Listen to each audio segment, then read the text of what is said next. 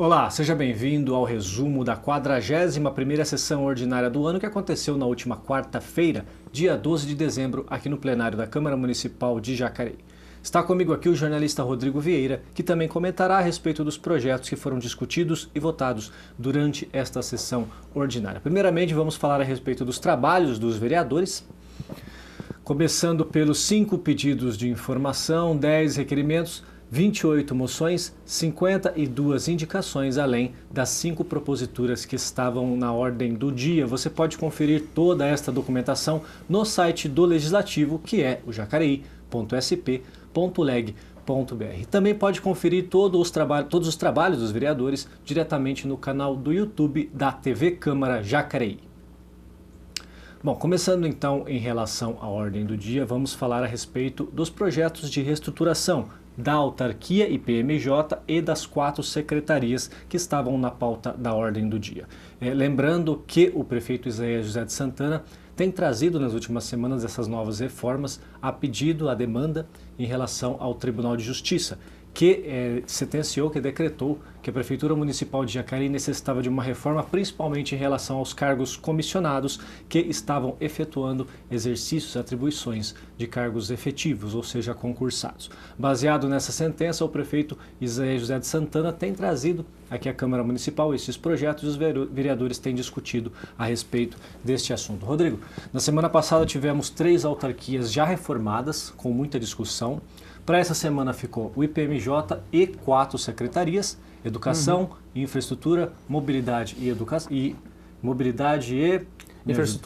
Infraestrutura, Educação, Mobilidade Gabinete do Prefeito. E o Gabinete do Prefeito, estas 4.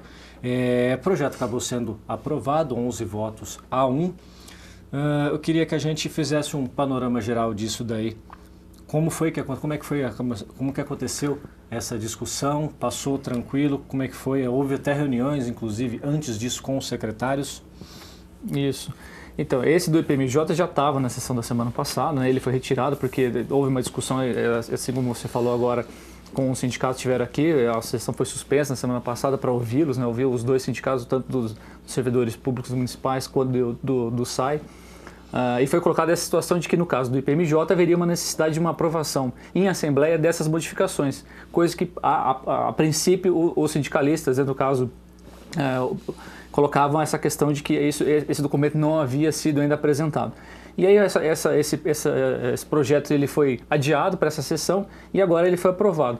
Como das outras medidas que o prefeito já tinha feito nessa sessão passada, que relacionava aos cargos da administração indireta, esse do IPMJ também seguiu o mesmo sentido, que é de você transformar os cargos de gerência em atribuições de funções gratificadas, quer dizer, que são servidores efetivos de carreira que vão ocupar essas posições, né? Você enxuga a máquina, de certa forma dá uma valorização no caso do servidor efetivo de carreira, com as funções gratificadas, que é um valor representativo, né, na condição da remuneração do servidor.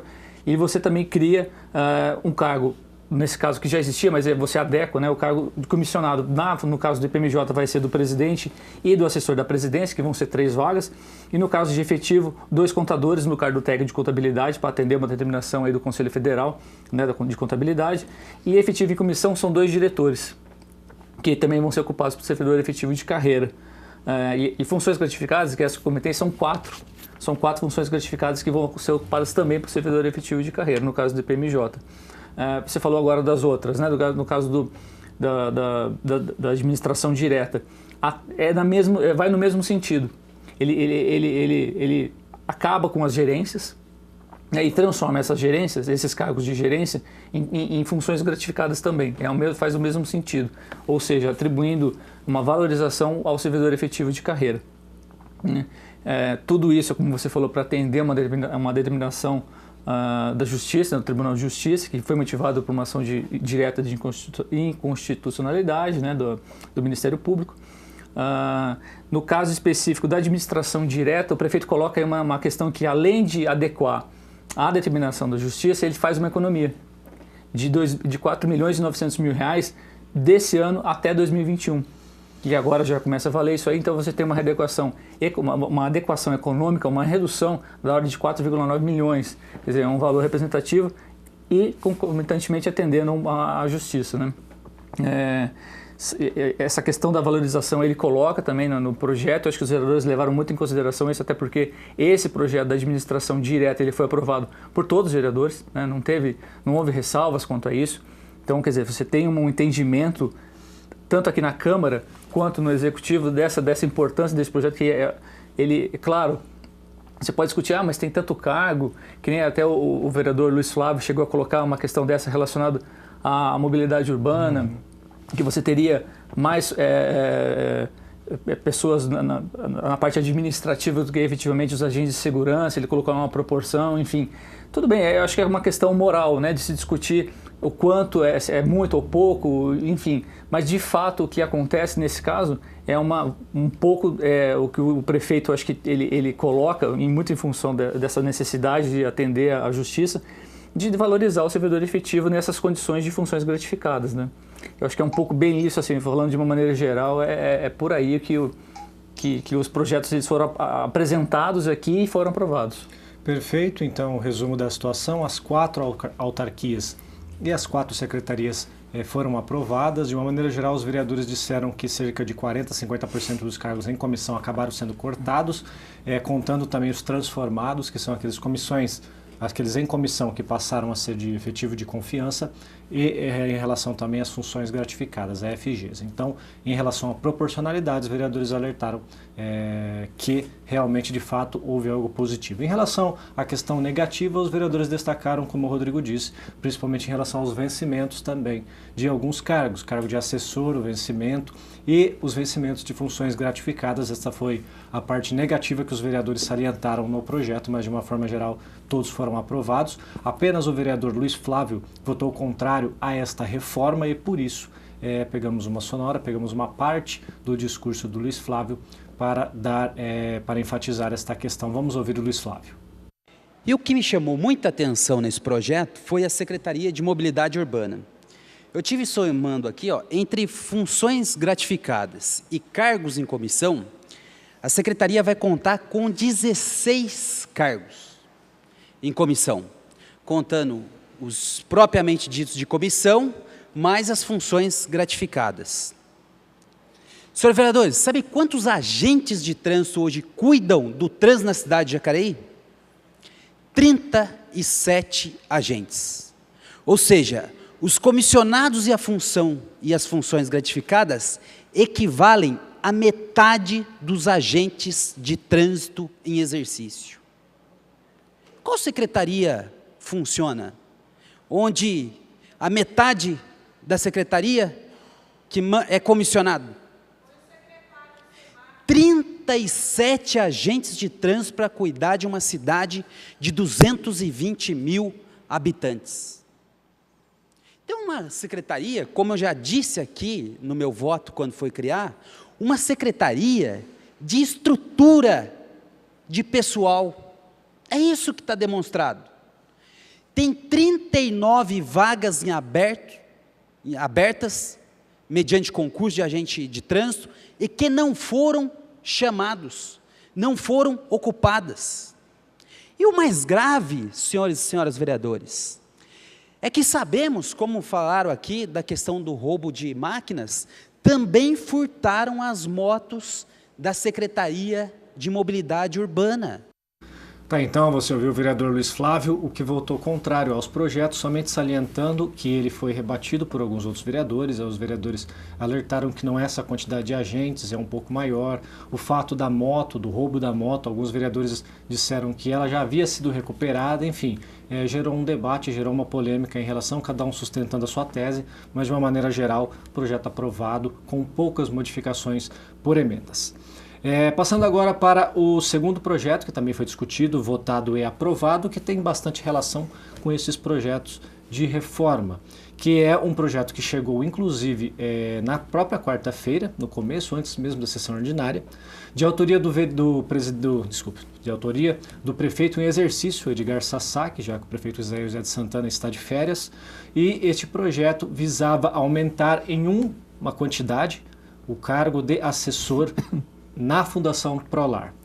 Então, originalmente, o projeto da Prolar continha 3 cargos de assessores. Na semana passada, a presidente Lucimar Ponciano fez uma emenda retirando a quantidade de 1, então ficou 2 cargos de assessores. Os vereadores aprovaram a emenda da Lucimar e o projeto original permaneceu com 2. Mas, nesta última quarta-feira, um novo projeto chegou, voltando esta quantidade de cargos. Então, o assessor voltou a ter 3 e o projeto foi aprovado por 9 votos a 3 e, de uma maneira geral, então, voltou como estava, voltou ao projeto original. Vamos ouvir, então, a presidente da Câmara, Lucimar Ponciano, que foi a autora da emenda que retirou e justificou também o fato acontecido. Vamos lá.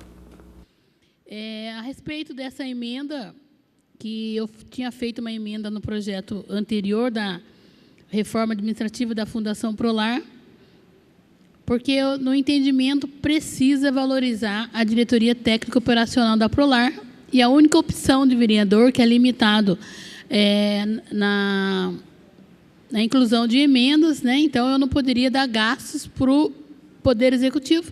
Então a única forma de eu poder compensar, fazer um equilíbrio, assim como a gente tem que fazer na lei orçamentária, eu tirei o cargo administrativo de comissão e acrescentei que é o mesmo valor 2 FGA.